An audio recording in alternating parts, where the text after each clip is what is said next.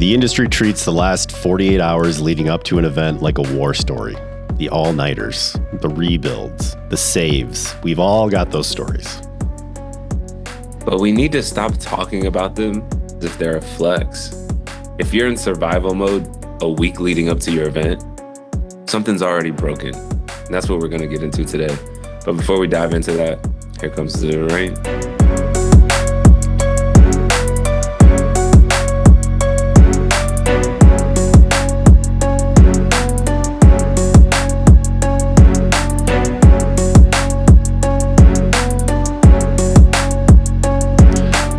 Y'all, welcome back. We're over 30 episodes into this. Super happy about the audience we've built and the stuff that we're doing. So just glad to be back for an episode with just Kris and I this week. I especially like these because there's really no filter, right? We don't have to behave for anybody this week. We're just gonna give you our unfiltered opinions, and whether you like them or not, I guess we'll find out in the comments later. But kind of a hodgepodge potpourri this week. We've been making a list, so we hear things when we're out there, when we're on calls, when we talk to planners at IMX, things that vendors won't admit, things clients don't realize that they're buying. Today, we're putting all of them on the table, and we're just going to chat through them and see if they resonate with you. So number one of these topics, Kris, that I want to talk about is what we talked about at the top. It's the last-minute chaos myth. Every person we know wears these war stories like a badge, like I flew in, worked the whole night before, got reg ready, unpacked the boxes, the 3 a.m. rebuild, the no sleep show day. So I'll ask it straight. Is that actually impressive, or is it a tell? I think it's a tell. And I think it's become the industry standard where if you're not doing those things leading up into the event, you're not sleeping, you're not stressing, then something's not right, because it's become such the norm now. And I always ask myself, how do we get to that point? And is it avoidable? Can you save money in the process? I think the answer to those questions is yes. It's just a matter of digging a little bit deeper into the little things that lead up to those late nighters, those you're flipping the room last minute because of a random change that you didn't expect. All of those things cost money, effort, and time, and they can be avoidable. But just like with all events, things happen unexpected. And that's why event professionals are so amazing. It's because they're so adaptable. And that's where a product like Wift comes in that's going to adapt with you. It's going to predict how you can avoid some of those shortcomings or those failures. Avoid some of those all-nighters and those stressful moments. And that's what I'm really excited to dive into, particularly to this question. JR, I'm sure you've seen over the years, overnighters, last-minute requests 24 hours within the first day of the event. Mm-hmm. What have you seen to be the cause for those issues, and how do you solve them? Simple. It's a lack of preparation. Anytime I've gotten myself in trouble in those scenarios where you're still in the ballroom at 2 a.m., it's because we didn't consider some element or variable in the process that we probably should have considered ahead of time. I can think of one from several years, probably a decade ago. We brought in these curved sort of flexible LED pieces that were hanging over a stage, and we had all the rigging points done. We even went to the fire marshal, got it approved. And one thing that we just didn't consider in the process, given that this was a new technology, was the weight that these things would pull towards the center as they hung, because they hung like drape. So you'd have these truss lines that are supposed to be out here. And then once you hung the LED from it, they kind of swung in, and then everything ended up lower. And I think if we would have taken the proper time to have discussions with the folks that manufactured that thing, with our AV team and the technical team to really dive into this new technology, we could have got ahead of that. Instead, we scrambled. We still got it done. We brought in extra truss. I have a great picture of some guys carrying truss across the street at 2 a.m. And got it done. But that was just a lack of line of sight and preparation. And so at 180, we really treated if you're scrambling like that, it's something was missing in the process, and we're going to debrief what that was so we can get ahead of it next time. Our mantra here is really everything from a production perspective leading up to the meeting should be clear 2 weeks out. So we shouldn't be finalizing opening video on 2 days before we fly. We shouldn't be finalizing lower thirds, graphics, all sorts of stuff like that. We should get those clear 2 weeks ahead because we know things are going to change in that 2 week window leading up, and we should just have the time to react to change. And I think that's the best way we service our clients. So yeah, oftentimes the failures and adaptations you can catch on the front end. And I think having the right leadership and experience on your team can really help with that. Yeah. And in addition to that, in my experience in project managing events, working on the team that builds the events, I've come to the understanding that saying no can be very helpful and save you a lot of the headache that saying yes will cause too late into the game. Now, I know that doesn't apply to everyone across every event, but JR, I'm curious from your perspective, is it ever a right time to say no to a request because of all of the domino effects that happen if you say yes? Man, that's a really good question, Kris. I'm going to get myself in trouble here. We rarely say no. Rarely. We always think there's typically a solution. It's just a matter of time and cost, right? So the other piece of this that we layer in is risk. So instead of just evaluating time and cost, you also have to evaluate risk in last minute requests that we say yes to. And so if we're going to say yes, which we typically do, we make sure to frame the risk so the client owns part of it. So for instance, I'm just trying to think of a scenario. Oh, it's the morning of show. The CEO walked in and said, I want to thrust on this stage. We need to bring in 3 more stage decks, get it done before show, move the downstage monitors, and we have an hour. And we would say, yes, completely possible. The hotel has the stage. We have the cabling for the DSM, so we can get everything done. Here's what you risk. Every other rehearsal that we have this morning, we have to cancel. When we bring in the stage, I'm not sure if it's going to look the same because it's coming from the facility, so it might be a mismatch. And when we move the DSMs, there is a small risk that if we have to change cabling, there might be functionality issues because we haven't tested it. With that, we're happy to do it. I just want you to understand the risk if we do so. And I think if you do it and lay it out that way, you can help them get to know, like, you know what, that's not worth it. We have a running show right now. Let's not risk it. Versus you owning the yes or no. So the answer is usually yes, but, and then there's usually a risk or a dollar amount attached to it or both. Yeah, yeah. And I've seen that in almost all of my projects. It's better to say, yes, it's possible, explain the context, the continuity that goes into that, and have the client take that risk like you mentioned and say, I'm willing to take this risk, let's see what we can do. Whereas coming out and flat out just saying no, it may be distasteful, it may seem like you're not capable, which in most cases is rarely the situation, right? Like almost anything can be done if you put enough effort, time, and sometimes money into it. But is the juice worth the squeeze at the end of the day? And ultimately that's a client decision. But I have seen in some cases where being an event professional or a project manager working on an event, if you don't show that confidence and say, hey, I'm going to raise a flag here. If we do this, we need to be aware how this is going to affect other work streams.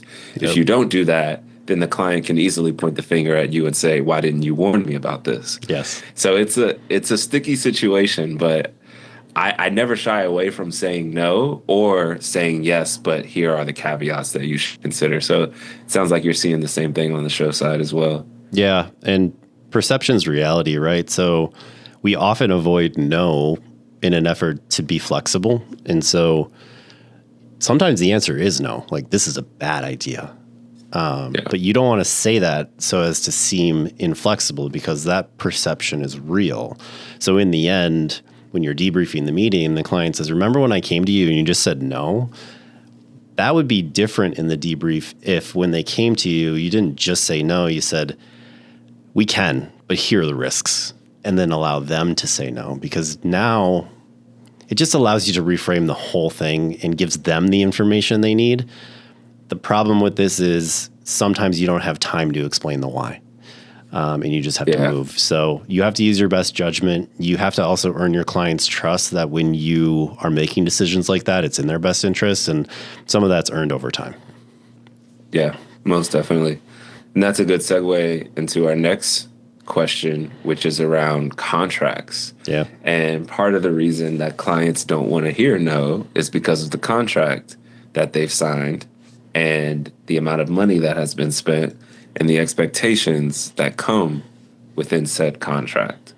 So when a client signs a contract, obviously they see line items like lighting, audio, video, you name it, right? But what are they really paying for when they go and sign these contracts? Because not everything is as black and white as the line items that you see. So JR, can you give me a moment this year where the gear was perfect, the room was perfect, and it still failed because somebody missed a call or missed that moment in calling something out that just completely changed the dynamic of that event? Yeah, it's rarely that dramatic. It's just there are quiet things that happen that miss the mark sometimes. To go back to your question, yeah, line items that they pay for, equipment, rigging, lighting, production elements, etc. But what they're buying isn't a line item. It's what they're buying is the people you get to work with throughout the process and the people that you trust. So I'd be naive to think like there's not 10 other companies in this area that can do production. Like a lot of people can do production work. They come back and work for us because of the attention to detail that we have and the people they get to work with. We're honest, we're real, and we make it fun in the process. So like when they sign that line item or sign that contract, what they're really signing is I get to work with Megan, or I get to work with Lauren, or I get to work with Aston for the next 6 months to produce this event. And that person's going to be my right hand at the meeting. And that gives me peace of mind. That's what they're actually buying. Because in the end, gear is gear. The labor is the variable. The flawless execution and the adaptation comes through the labor. They're buying your service. Couldn't agree more. And even in my experiences, a lot of what these line items come down to is having someone in your corner that is flexible. Because we all know, no matter what the industry, things never go to plan. Things always change. And they change once, twice, maybe 3 times. And what that client is paying for is for you to go on that journey of change, be there to advise, and then also execute to get to the end result, which it's going to shift week to week, month to month, leading up into the event. Even sometimes I've seen changes happen during events.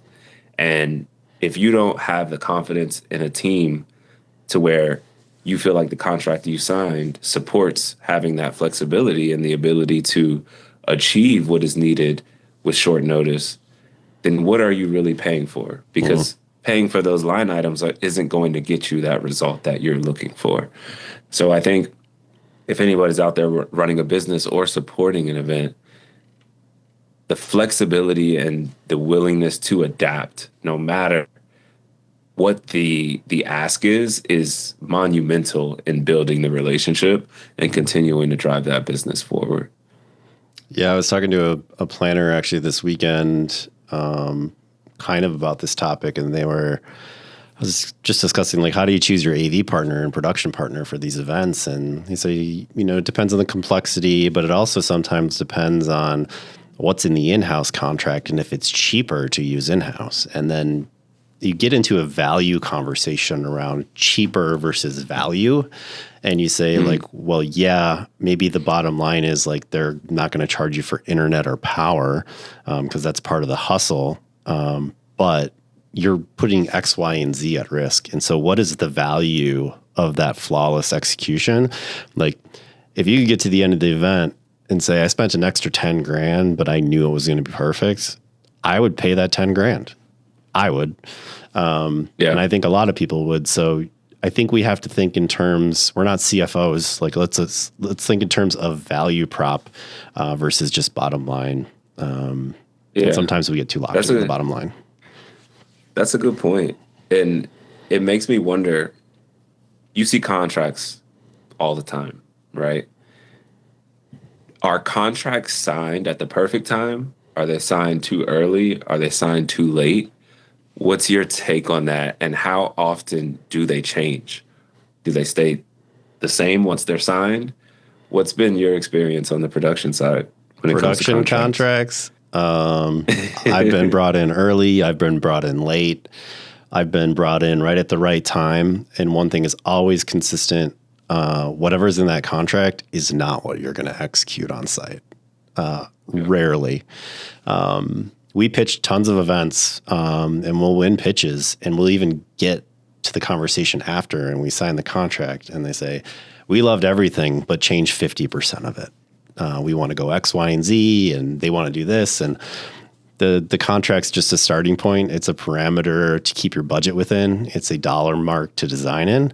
But man, I have never produced an event that was significantly different than what you pitched on the front end. Almost always. Yeah.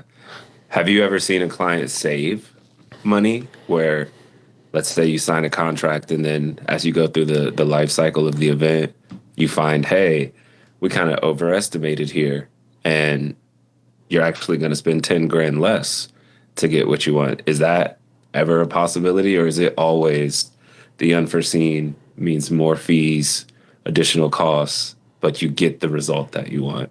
It depends on who you work with. And so I'm going to do a little fluffing of 180 here because that's where I sit. We always price in a way that we're safe. And so if anything, usually your number is going to come down, especially if we're talking about on-site union labor or things that are highly variable, like rigging costs. We'll always err on the high side to say, like, here is your worst case scenario exposure.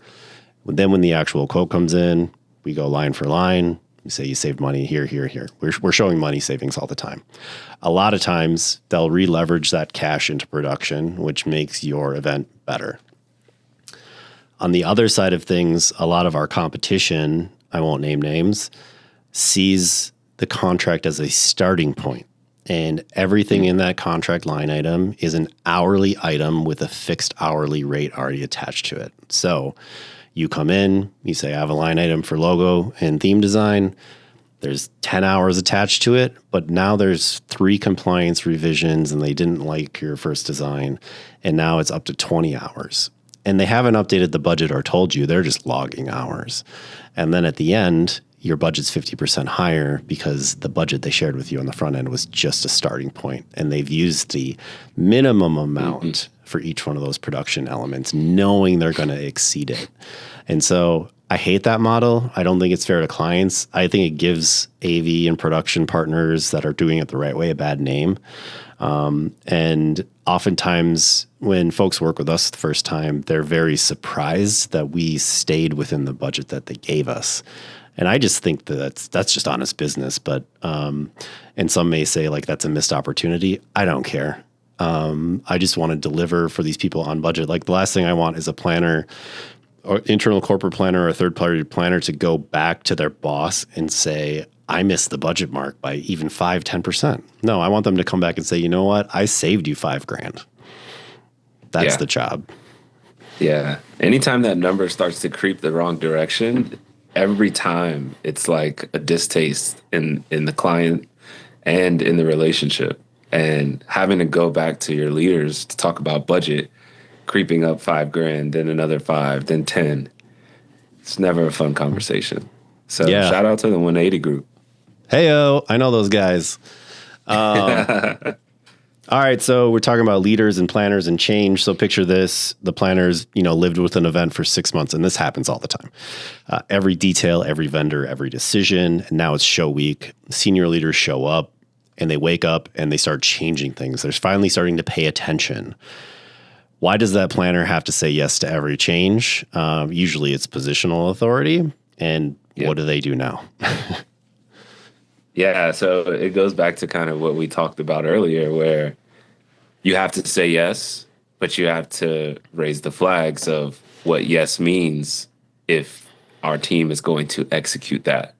And JR, to your point, a lot of the times it's positional. It's there's a senior VP, there's a CEO, there's a CFO that is all of a sudden requesting this change, right? So everyone's going to band together. They're going to try to implement that. But that's those moments where you have to take a step back and say, yes, this is possible, but is the juice worth the squeeze? Hmm. Is this worth putting the stress on my team to complete this thing?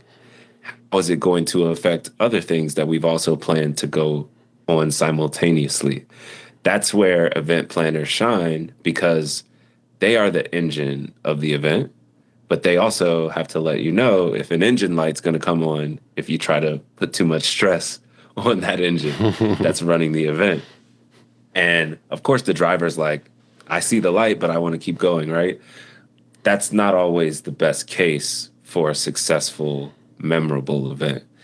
And I think planners always get stuck between a rock and a hard place because they always want to say yes. They never want to say no, especially to senior leaders. Yep. But I think senior leaders are more open to understanding if they cannot have a certain request, if it makes logical sense once you explain, if we do this, here are the side effects. And seasoned planners do this very well. I've seen newer planners kind of get flustered and just try to fumble their way through making that happen.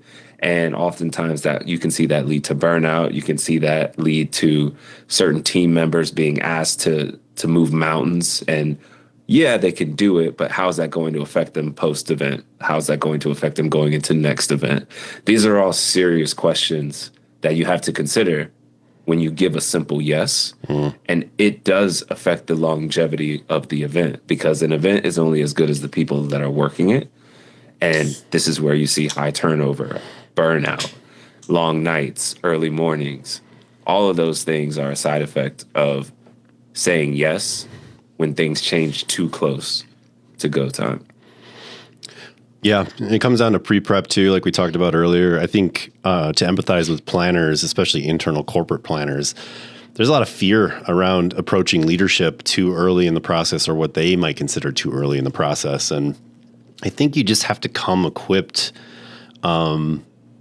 knowledgeable and confident about what you need and how to efficiently get it done. So there are certain parts, and again, I'll approach this from a production lens in the pre-production process where we really need stakeholder buy-in, because if we don't have their buy-in and they change later, these are major shifts to the meeting, right? So one of them is meeting theme, look and feel, logo design.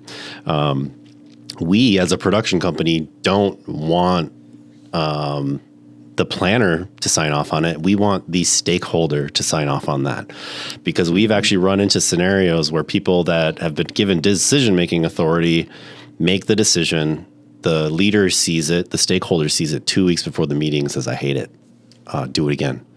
And now we're scrambling because now everything, the look and feel, the signage, the logo, the environmental branding, like everything is based on this logo that we made a decision about 3 months ago. And so we like to help planners to set up and have those conversations. So if you're talking to high-level leaders, whether they're sales leaders, COOs, CFOs, you're going to have a different conversation with them than you have with a marketing team or folks on the ground, right? You don't have to be as detailed. You just have to hit the highlights. So here's our theme. Here's the look and feel. Here's the justification. Here's how we're going to pull it through. And it's a 5-minute conversation. They just say, yep, this looks great. I hate that color. Change that word. Off we go. And the planner has to come in confident that those are high value sessions. So here's why we're going to do it. And here's what you risk if we don't. And hopefully we are giving planners the confidence to do that. Because I know it can be scary to put a calendar hold when you're in a Fortune 10 pharmaceutical company, to put a calendar hold on a sales leader's calendar is, you better make that time worth it. You don't want to look like a fool. So you really just have to go in confident and know the why, because that's what they're going to want to know. So yeah, it's interesting place to travel. It's tough to navigate politically sometimes. Most definitely. And you made a good point when you talked about being proactive. I think in the event industry and from what I've seen through a lot of event planners, there are a lot of hidden messages and things of that nature that you can get a lot of good insight from being on an event team or being on a production team working for an event. And being able to proactively forecast this leader is going to want or expect this type of request. It goes a long way to be able to predict that, and not only predict it, but come to the table ready to discuss something that someone hadn't thought about themselves yet. And when you do, that puts you in a position of not only power, but it also puts you in a position as the expert, which is exactly where you want to be, rather than going to that leader who already has that mindset, but they don't have as much knowledge. They don't have as much understanding as you. So then when you start to lean into them, of course, you're going to say yes to whatever they ask, but that may not coincide with everything else that you have going on for the event or the show. And that's where you can get into hot water, because now you're trying to make the shoe fit with the leader instead of making the leader fit with what's going on in the program. Yep. And I've seen that happen time and time again. And it takes time. If you're a project manager, if you're the main lead planner on the event, it takes time to get to that level of confidence, that level of forecasting and understanding. But once you do, you immediately see the value, and you also will immediately be validated by those seniors as well, because they'll start to just blindly trust that JR is going to know exactly how we want to do things, how we want to run things, and the result that we're going to get to. They may not know how to get there, but they know what they want. And that's where they lean on you as the expert. Yep. They set me up for success last time. I trust them. So the first time's the hardest. That's where you want to get. Yeah, for sure. Because you have no prior knowledge, and you're kind of feeling each other out, which it's a part of the game, right? But yeah, and don't let other people psych you out. I hear all these conversations sometimes where they're just like, I've heard this senior leader is so hard to approach and talk to, blah, blah, blah. I was like, have you met them? Like, just go talk to them and be a human. Like, they're just humans. They probably react that way because they're tired of people tiptoeing around them. Like, just go be a human in front of them. I'm sure it's fine. And 9 times out of 10, they're just like, I don't know what people were talking about. He's the nicest guy. Yep. Yep. Yeah. If I had $1 for every time I heard that. Yeah. Next topic. So, we get asked questions a lot of times, and I get asked actually to refer vendors and find vendors for people. But I want to kind of flip that. So, like, what was a moment that maybe in your career, Kris, where you knew in your gut that a vendor wasn't going to hold up? Ooh, so many examples come to mind. Too many. Yeah. And it not to bring it back full circle, but there's been multiple instances in working with third-party vendors where the number one thing being a lack of flexibility. Yep. That can be detrimental to a client relationship from a vendor perspective. And I have seen firsthand where vendors will die on the hill of our answer is no, we are not going to be able to achieve that request in the time frame that you want. And what that does is that sets the precedent to the client that your business is not important enough for us to consider appeasing your request. And in a lot of cases, from a vendor standpoint, they have very valid reasons for coming with that answer. But I think if any vendor is in the customer service industry, which all vendors are basically are, you should be willing to be flexible. And if your answer is a hard no, how do you turn that hard no into a here's an alternative? Yep. Just telling a client, no, this isn't in our roadmap, sorry, never goes over well.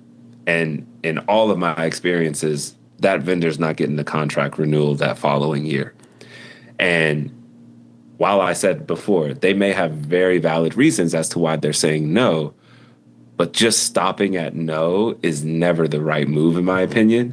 You should always try to strive for an alternative, or maybe take it to your dev team and provide the client with a timeline of how long it would take you to implement that ask.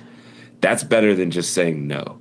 But I've seen time and time again where, for various reasons, it just makes sense for the vendor to say, we understand your use case, we've looked into it, the answer is no.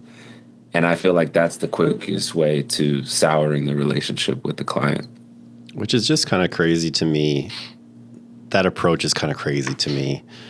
I think this kind of goes hand in hand with what we talked about earlier. It's the perceived inflexibility. So like, at least go down a path. Like, if you don't want to do it, price yourself out of it. Like, put a number on it so high that you could say like, well, if they buy it, I could stand up a whole team and do it in a week. Right. So like, yeah, the answer can be yes. Just tell them what the actual answer is. And it's just, people get very turned off by the word no. And when the answer is just a hard no. Yeah. And so even if the answer is yes, but it's this ridiculous thing, at least you're not perceived as inflexible. So yeah, I'm with you. Yeah. Yeah. And in a lot of cases I've seen firsthand where clients won't accept no because, you know what, that contract signed. We're only 6 months in. My event's 4 months away. I need this. So what are we going to do to make it happen? And it often leads to the vendor having to figure it out, but it helps them more than it helps the client, because guess what? Now you can offer this to additional clients. You can stress test it with your live client that's demanding this new change. And then it starts to get the wheels turning on the vendor side to say, maybe there's a market for this. Maybe other customers would be interested in this. How can we monetize this? What's this customer's feedback going to be once we implement this? What are other industry leaders doing? And it just creates a whole plethora of options that if you say no and you're a hard no, you're never even going to get there.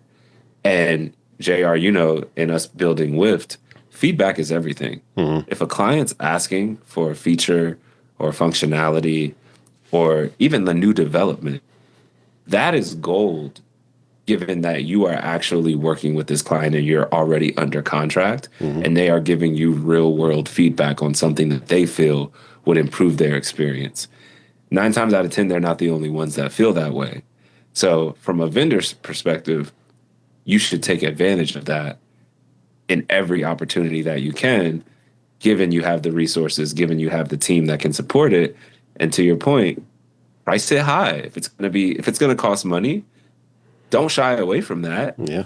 The worst that they could say is no. Yeah. You know, you don't want to be the one that shuts that conversation down before it gets started. So, yeah, I've seen this a lot with vendors, but I think vendors are the backbone of all industries because not one company can do it all. You have to rely on others. Everything is done as a team. And I've worked on projects where there's about 20 vendors working for one event to get that event to the point that it needs to be. And is it easy? It's not easy at all. And when new releases come out, things change. Like, everyone has to be on the same page. But the answer should never be no if you're a vendor. I'm gonna leave it there. Mic drop there. Love it. I have no follow-up. Let's transition to the next topic. This is a hot one. I was just on an event last week, a virtual event around AI and events, and they did a bunch of demos.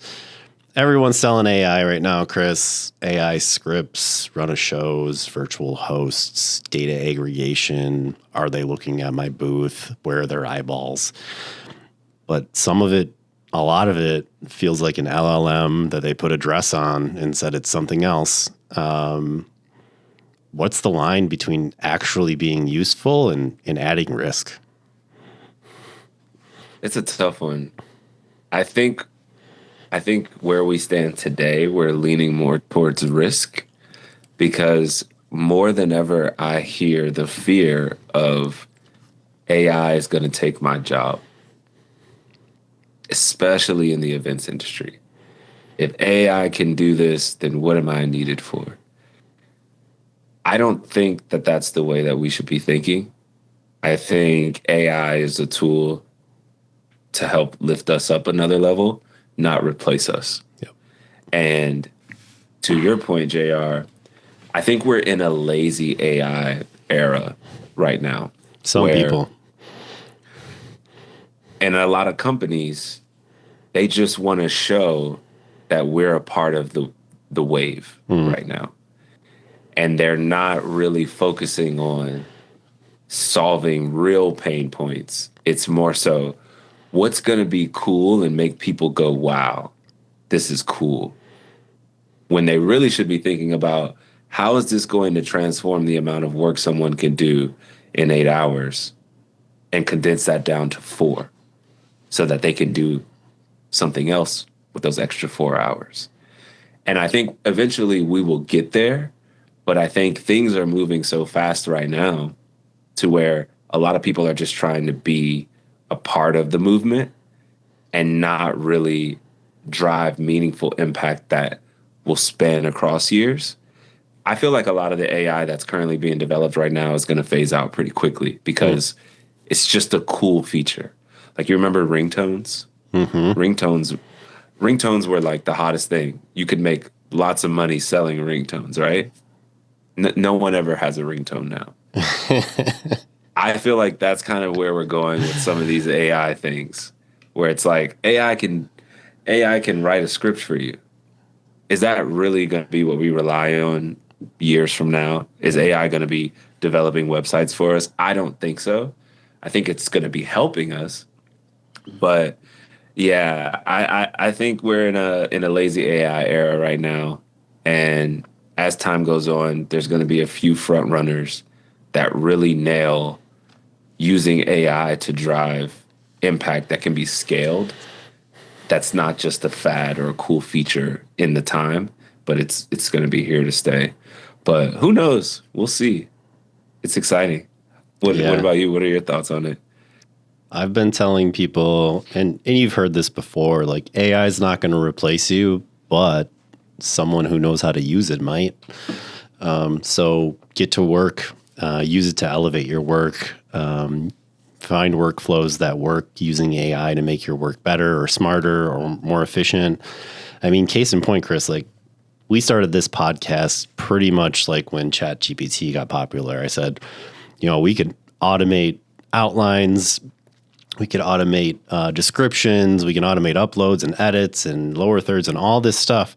We probably don't have this podcast if that's not for AI because of all the writing involved in the prep. This does a lot of the outlining and prep for us. This conversation is organic. Like, if I had to script this conversation or write it out, like, that's crazy.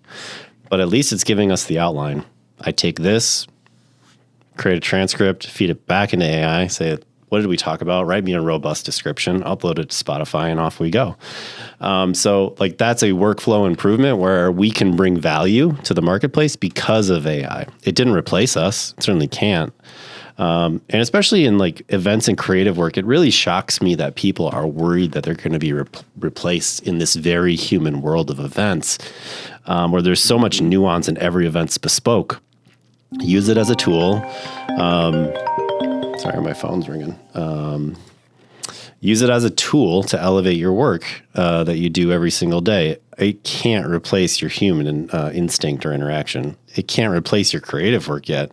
Yeah, it can make great designs, but sometimes I'm seeing stuff come out of Claude that all looks the same. And I'm like, okay, now everything looks the same. That's boring. We need humans. So I don't think it's going to replace people in the event industry. Certainly automation, AI, manufacturing, that sort of stuff, a little bit different. But if you're not using AI and you're in the events industry, start using it. I could not agree more. It can help you. 1,000%. It can help you. It can make your days a little bit easier. It could make sifting through spreadsheets a little bit easier, which I know we all love to use spreadsheets in the event industry.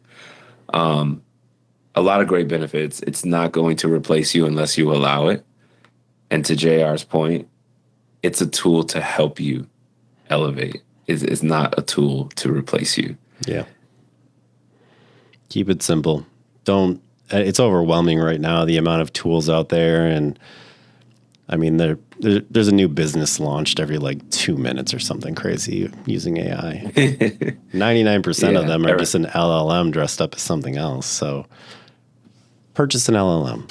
Go out and get Claude Code. It's $20 a month. Figure out how to use it. Use Cowork. It'll change your life. Like things as simple as like connecting Slack and Outlook and your ERP to Cowork, and at the end of the day saying, is there anything I missed? It's like having a personal assistant. That's a huge 100%. Elevation. Think of your $20 a month as hiring an assistant. Like that's cheap. Just go do it. It sounds awesome. That's a great point. And that's been my biggest takeaway. I feel like I can do anything and figure it out on my own while using my assistant to guide me. Yeah. Am I relying on this assistant to tell me exactly what to do every step of the way? No, because it's impossible for the assistant to be that smart. Then what does it need me for if it can do all of this by itself?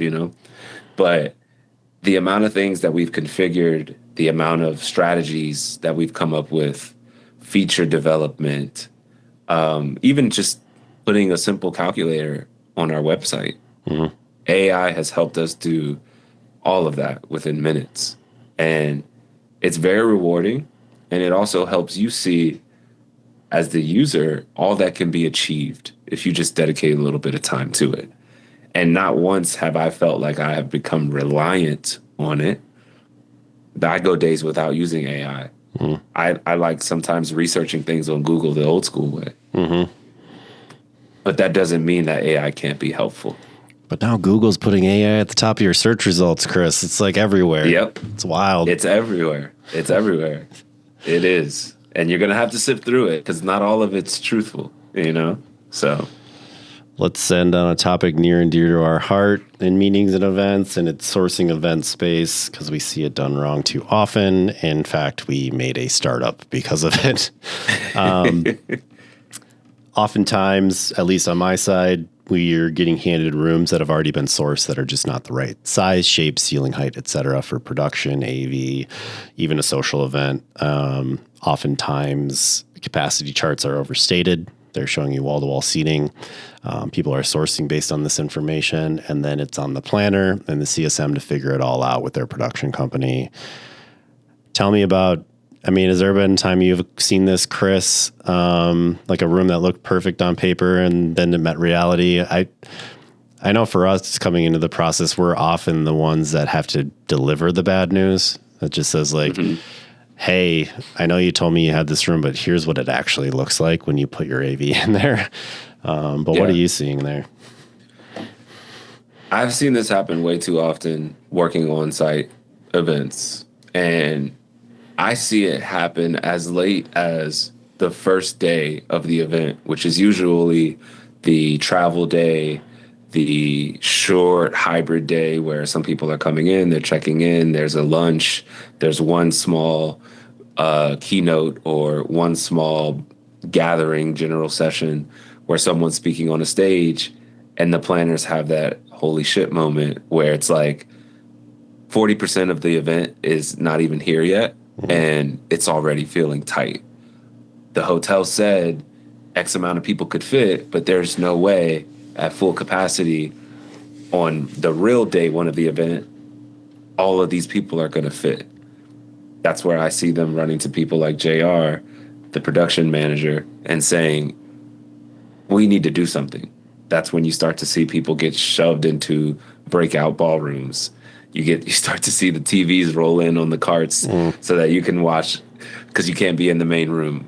All of these things happen because of the assumption of, we talked with the hotel knows their room, they said 260 people will fit, so we signed. And to find out something doesn't work that late is next to impossible to accommodate. But that's the events industry. We've learned to thrive in those crazy circumstances. And I want to give a shout out to all the event planners out there, because I've seen more than I can count on both hands planners execute and find a way to make this situation work, no matter the circumstances. Does it require extra costs? Of course. But to do something that drastic, like accommodate 100 people that you thought you had space for, that you find out the week of the event you don't, to see how planners and planning teams come together, production teams come together, crews that work overnight to flip rooms and restage and change the layout. It's quite amazing to see that at the end of the day, the attendee can still have the expected experience, and they'll never know what went on behind the scenes to get to that. It's a true testament to the individuals that work in the industry and the teamwork and the bond that you have to have in order to achieve something like that. But to answer your question, JR, I see this happen all the time, even in weddings, where people are going shopping for wedding venues. And then once they start doing the table arrangements after they've signed the contract, it's like 40% of the room's gone because of the furniture you chose. You wanted a really big dance floor, and now that eats into 6 tables that you thought you had, and you've invited 250 guests. Not the venue's problem anymore. So I see it a lot. It translates to a lot of extra spend, which I'm sure you've seen in your experience as well. But curious to hear your thoughts from the production side. Does this happen almost every event, or is it starting to get better as we progress? It happens almost every event. And not only does it have a monetary cost, but it has an experience cost, right? So like if you're a breakout L&D facilitator was looking for full rounds, and now you have to go to theater or classroom, that completely changes how they approach that breakout. That it completely changes how that room is run. And you're going to have an upset stakeholder on your hands because they've planned for weeks doing it in one certain way. And it's just still shocking to me. This is a problem that's existed since I joined in 2005 in this industry. So 21 plus years, and I'm sure many years before that, where whomever is sourcing these events, not necessarily their fault. They're just given a square footage number. They hit it. They say good, and they hand it off to a planner, and then the planner has to figure it out. And what often happens is, depending on the organization you're working with, either a sourcing manager or a meeting planner is going to do your sourcing for you. If you're a major Fortune 500 company, you have your own instance of Cvent. You hand an instance of Cvent to that planner. They go and source. Cvent sends you back 3 properties in that area with square footages on them and says, these will work. But there's no visual confirmation. You never look at the meeting space as far as them drawn. You might see a PDF of the space, but from a scale and what can fit in them perspective, you're not delivered on that. If you do ask for a floor plan, and we discovered this through a LinkedIn post recently, it could take weeks to get one back, in which you could lose the contract to somebody else. Or we've even heard people say they're charging $500 for a floor plan, which is insane. So we wanted to make WIFT so planners could be empowered to make decisions based on fact. And so when you're sourcing those events, you can take that room, you can draw it with what you need in it, and have that data in less than a minute. So you no longer have to go back to the hotel and wait weeks. You don't have to go to your AV partner and wait a few days for them to get back to you and disrupt their workflow. You can literally go to the site, put in the data, and have it in a minute and say, yes, this will work. And not just for your general session, but for your breakouts as well. Go in confident. So much of the change in the process with planners is moving people and spaces around. And just imagine if you could get it right on the front end. That saves you hours, days, even weeks of time of changes. And I just wish the hotels would be honest in this space. Like, again, I don't think everybody's purposely misleading. I think they're given a spec sheet and they're reading off of it too. And then they hand it off to a CSM and everybody solves it. And we're just saying, like, get rid of the solve. Like, we don't have to, we can solve this on day one. What are we doing? There's been too many times.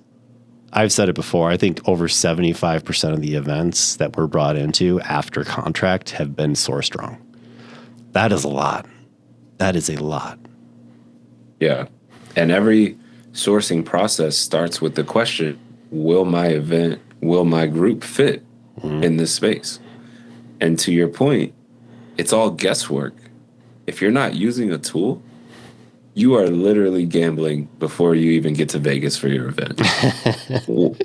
Why are we doing that? Yeah. Why is that the industry standard? Why is that accepted by the industry? Why are we okay with gambling thousands of dollars and hoping that the hotel's right? Yeah. Only to find out they're not right.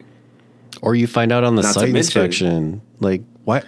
Yeah. They're not even giving you a site inspection before contract. It's after contract. It's not helpful. Like, you got to put pen to paper before you even see it, touch it, know for a fact that it'll fit. And 9 times out of 10, I think all planners can attest to this. The event setup that you designed 6 months before the event is not the same that you execute on site. Nope. Your tables could get bigger, they could get smaller. Your seating style could change. Mm-hmm. You could go from a 3-person panel to a 6-person panel. All of these things are going to change. The one thing that's not going to change is that square footage in that room. That is locked, and you've already paid for it. So why not be sure? Make sure you have before enough. You sign. Yeah. I'm going to keep beating that dead We make horse. it easy for you. Yeah. We're trying to make it easy for you guys. Yeah. Slowly but surely. If you've made it this far in the episode and you're listening in your first year in the industry and you want to catch up to your superiors, I will give you WIFT for free for a year. Send me a DM. We'll give it to you, and then you'll blow their minds. Shoot me a message, people. Let's do it. Quick lightning round. Kris, the vendor red flag you wish you learned to name 5 years earlier. The vendor red flag.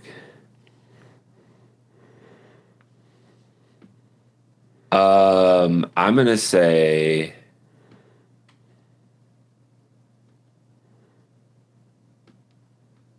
it's a good one. I'm going to say it has to be support related.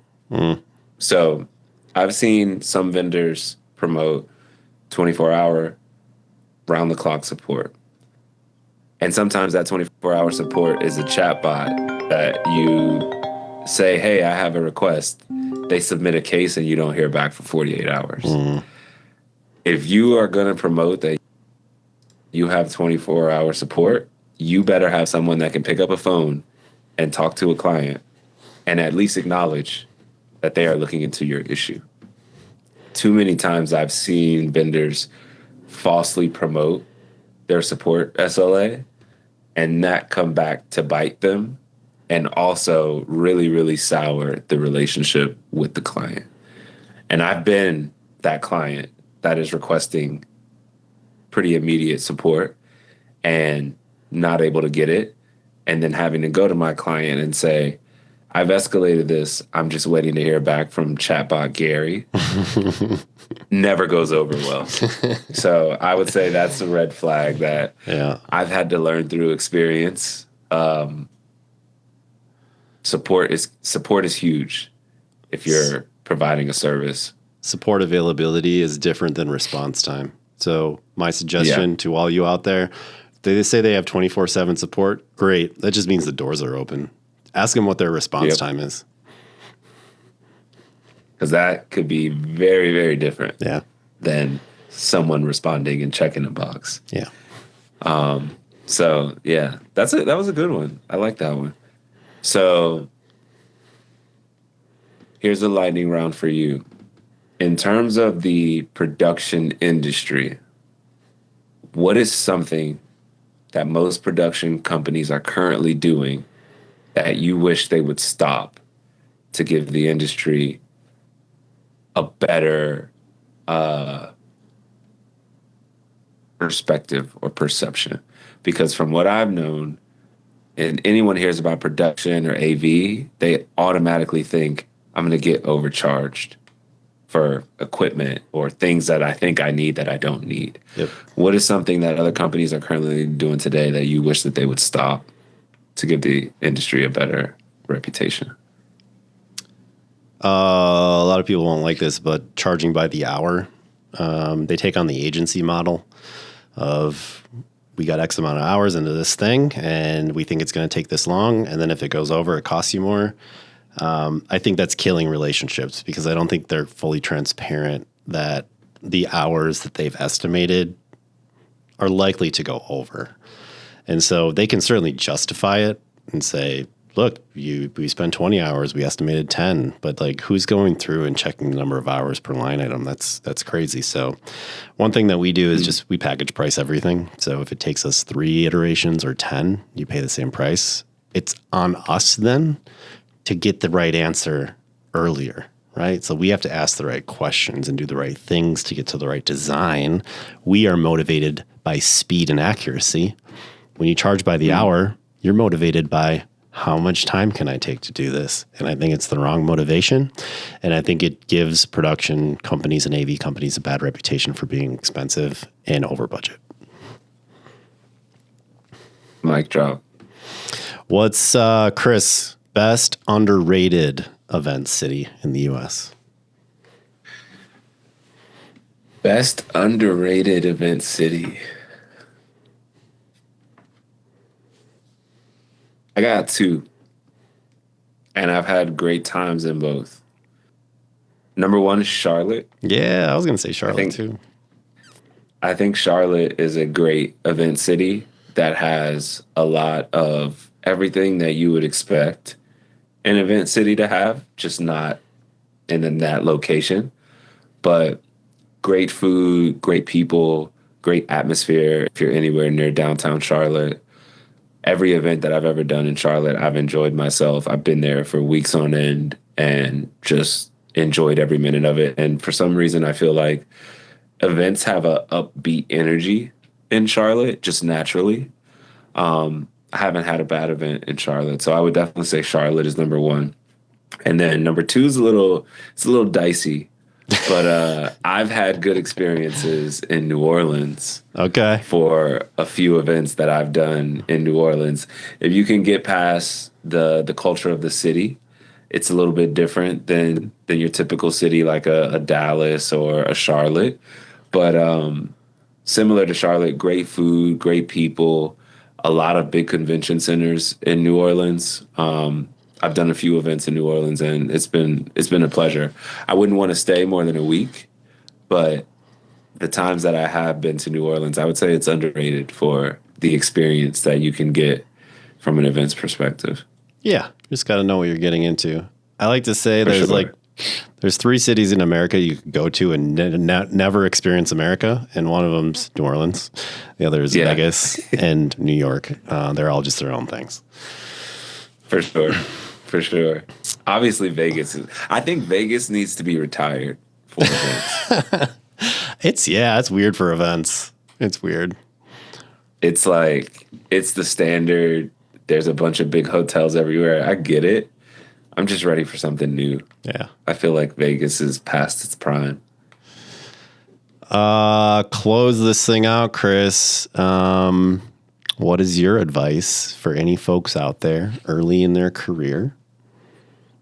Well, what's one thing you'd tell yourself 3 years into events? You've been here a long time. What's one thing people should know? The best piece of advice I could give is say yes to every opportunity, even if you think you're not sure about it, even if you think it's a change that you're reluctant to go through. I have said yes to a lot of opportunities that have come my way. Some didn't work out the way that I thought they would, and some worked out much better than I ever thought that they would. And looking back on it, every one of those decisions I contemplated. I came to the table and I said, am I making the right decision by leaving? Am I making the right decision by staying? Am I making the right decision by investing my time here? And every single time my answer was make the move, make the change, take the opportunity. And 9 times out of 10, all of those opportunities turned into a learning moment. They turned into another opportunity, or it turned into a relationship building opportunity where I met really great people. I was able to create a long standing relationship, which equated to experiences that I never would have gotten or gone through if I had said no. I know a lot of people get comfortable in staying at one job as long as they can, or staying in one industry as long as they can. If something comes knocking on your door, everything happens for a reason in my experience. And for you to turn it down, you're restricting yourself from one, the experience, two, the learning opportunity, and three, the relationships that you will cultivate if you were to take that opportunity. And thankfully, I've been able to meet a lot of amazing people just like you, JR. That's kind of how we met. I built a lot of really, really meaningful relationships in the industry. And I think that has all circled back to me just being open to taking on whatever comes my way, learning from it, and keep it pushing forward. So that would be my advice to any young professional out there. Don't ever be afraid to say yes and go through the experience and learn from it. Beautiful. I gotta ask that question back though. What's your advice? Ooh, like I got a low key one and then like a high motivation one. So we'll start low key. Be nice. Just be nice to everybody. I know a lot of great planners. I shouldn't say I know a lot of. I've come across a few great planners that are just unkind, and people don't want to work with them. I don't care how much talent you have or how good you are at your job.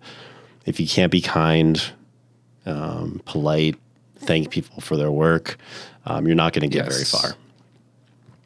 And the other is, we get one crack at this, right? We spend so much time, so much of our lives at work. Kill this mantra of,